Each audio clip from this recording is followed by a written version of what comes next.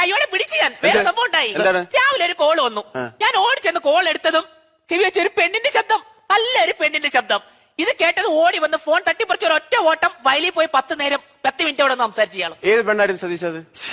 അവള് പറയുന്നത് സത്യമാണ്. ഏത് പെണ്ണായിരുന്നു അത്? കസ്റ്റമർ കെയർ ചെയ്യുന്ന പെണ്ണ് വിളിച്ച് 10 മിനിറ്റ് കേട്ടോണ്ട് 10 മിനിറ്റ് വരെ സംസാരിക്കല്ലേ? അതിന് അരമണിക്കൂറൊന്നും സംസാരിക്കേണ്ട കാര്യമില്ല. അല്ല, അത് ശരിയാണ്, കാര്യമില്ല. പക്ഷെ നിങ്ങൾ മനസ്സിലാക്കണം, അതായത് ഈ കസ്റ്റമർ കെയർ വിളിച്ച പെണ്ണിനെ എനിക്കറിയില്ല. അതിനൊരു 10 വയസ്സോടെ മുട്ടായിയോ എന്തോന്നും ഞാൻ മേടിച്ചു കൊടുത്തിട്ടില്ല. അത് ഞാനോട്ട് യാതൊരു ബന്ധവുമില്ല. പക്ഷെ അതിന്റെ വിളിയും പറിച്ചില്ല, ആ മുത്തുമണി വിഴി നടക്കുള്ള സംസാരം ഹലോ സാർ, സാറിന് ഏത് പാട്ടാ വേണ്ടേ? സാറിന് ഞങ്ങൾ ഓഫർ ഉണ്ട്.